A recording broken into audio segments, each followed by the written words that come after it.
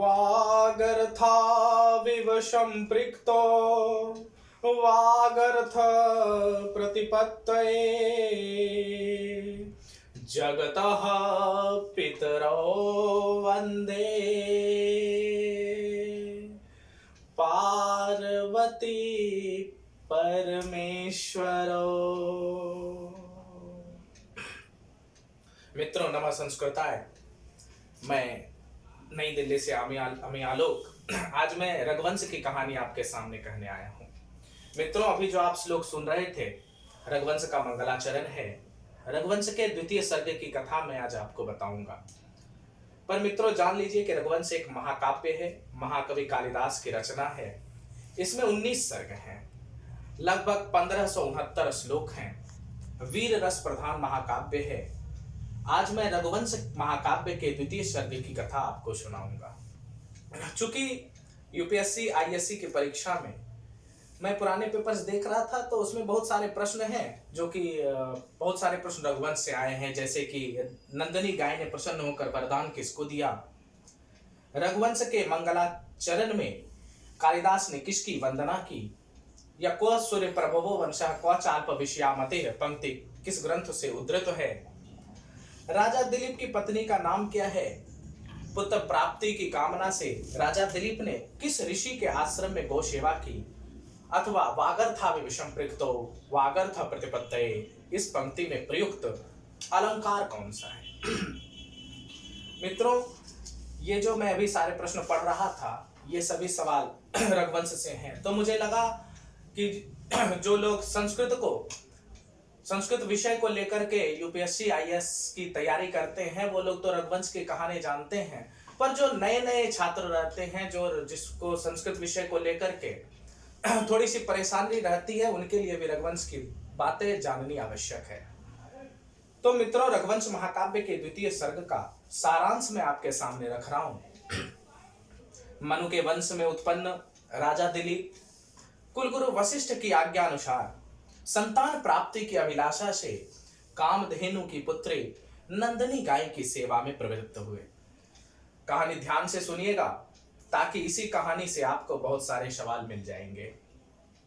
मैं कुछ महत्वपूर्ण श्लोक भी बीच बीच में बताता चलूंगा। मित्रों, रघुवंश महाकाव्य के द्वितीय सर्ग की कथा प्रारंभ होती है कि प्रातः काल होते ही जब रानी सुदक्षिणा नंदिनी गाय की पूजा कर चुकी और उसका बछड़ा दूध पी चुका, तब राजा दिलीप ने नंदिनी को जंगल में चरने के लिए छोड़ दिया और स्वयं उसके पीछे पीछे चल पड़े। कुछ दूर तो रानी सुदक्षिणा एवं अनुचर साथ साथ गए, पर बाद में राजा ने उन्हें लौटा दिया और स्वयं नंदिनी को स्वादिष्ट घास खिलाकर, उसको खुजलाकर, उस पर से मक्खियां उड़ाकर उसकी सेवा में लग गए। इसी बात को कालिदास ने श्लोक में लिखा, आश्वादवद्भिः कावलैः स्त्रीणानां कण्डूयनैर्दंसनिवारणैश्च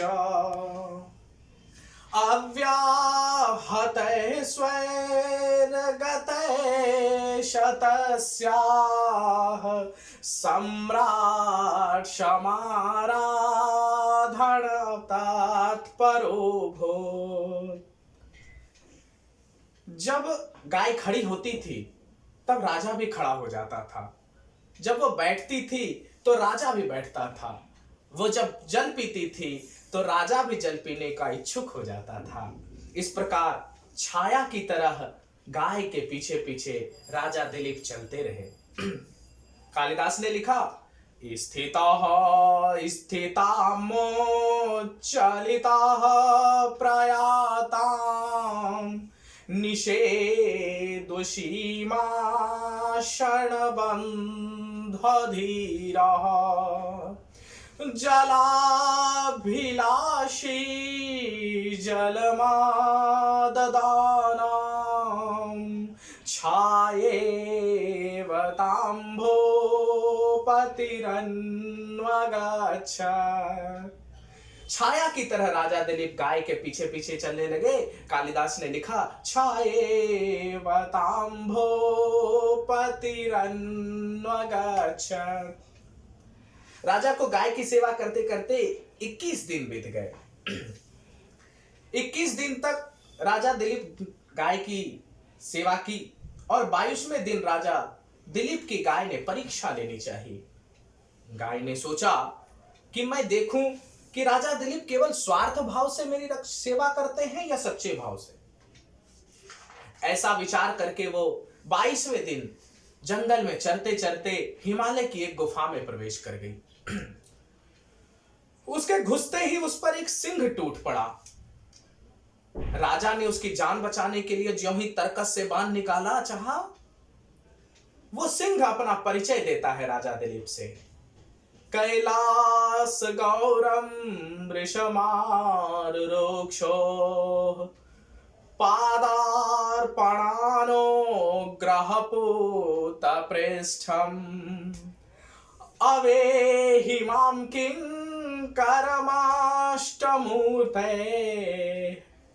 कुंभोधरम नाम निकुंभमित्रम कुंभोदरम नाम निकुंभमित्रम। ऐ राजन, मेरा नाम कुंभोदर है, मैं निकुंभ का मित्र हूं और शिव जी का सेवक हूं। अष्टमूर्ति शिव का मैं सेवक हूं। वो जो सिंह गाय को दबाकर रखा है और उसको मारने का प्रयास राजा करते हैं, लेकिन जैसे ही तरकस से बाण निकालना चाहा त्यों ही उनकी उंगलियां बाणों में चिपक गई। तब सिंह ने मनुष्य की बोली में कहा, उसने परिचय दिया कि राजा मैं कुंभोधर नाम का शंकर का सेवक हूं। इस सामने वाले देवदारू के वृक्ष को पार्वती जी ने लगाकर बड़ा किया है। एक बार एक हाथी ने इसकी छाल रगड़ दी, इस पर पार्वती जी को बड़ा दुख हुआ। अतः शंकर जी ने मुझे इसकी रखवाली करने के लिए नियुक्त किया है और कहा कि जो भी जानवर यहां आवे उसे तुम मारकर खा जाओ। इसलिए तुम मुझे मारने की कोशिश मत करो, तुम्हारा प्रयत्न व्यर्थ होगा। वृथा प्रयास मत करो राजन, चूंकि अलम महीपालतवाश्रमेण प्रयोक्तमाप्यास्त्रमितो वृथा स्यात्। यदि तुम हमारे ऊपर बाण छोड़ना भी चाहोगे तो तुम्हारे बाण व्यर्थ हो जाएंगे। न पादपोन्मूलन शक्तिरम्मः शिलोच्चये मूर्छति मारुतस्य। पेड़ों के उखाड़ने में समर्थ वायु का वेग पर्वतों पर नहीं चलता, अर्थात वह पर्वतों को नहीं उखाड़ सकता। इसलिए हे दिलीप, हमारे ऊपर तुम बाण प्रहार करते भी हो तो तुम्हारे बाण व्यर्थ हो जाएंगे। इसलिए मुझे मारने की कोशिश मत करो, तुम्हारा प्रयत्न व्यर्थ जाएगा। राजा ने कहा, तुम अपनी भूख मिटाने के लिए मुझे खा डालो, लेकिन इस गाय को छोड़ दो। सिंह ने कहा, राजन तुम बड़े मूर्ख मालूम होते हो, क्योंकि एक छोटी सी गाय के लिए अपना प्राण गंवा रहे हो, अपना सारा राज्य चौपट करना चाहते हो। यदि जीवित रहोगे तो अनेक गायों की रक्षा कर सकते हो। राजा ने एक ना सुनी। सिंह राजा को खाने के लिए तैयार हो गया और राजा की उंगलियां बाण से छूट गई। ज्यों ही सिंह के सामने अपने को समर्पण करने के लिए राजा सिंह के सामने झुके कि आप हमें खा लें, त्यों ही देवताओं ने उनके ऊपर फूलों की वर्षा की और उनको मधुर वचन सुनाई पड़े। उठो बेटा, मैं तुमसे प्रसन्न हूं, वर मांगो। राजा ने सिर उठाकर देखा तो सिंह गायब था।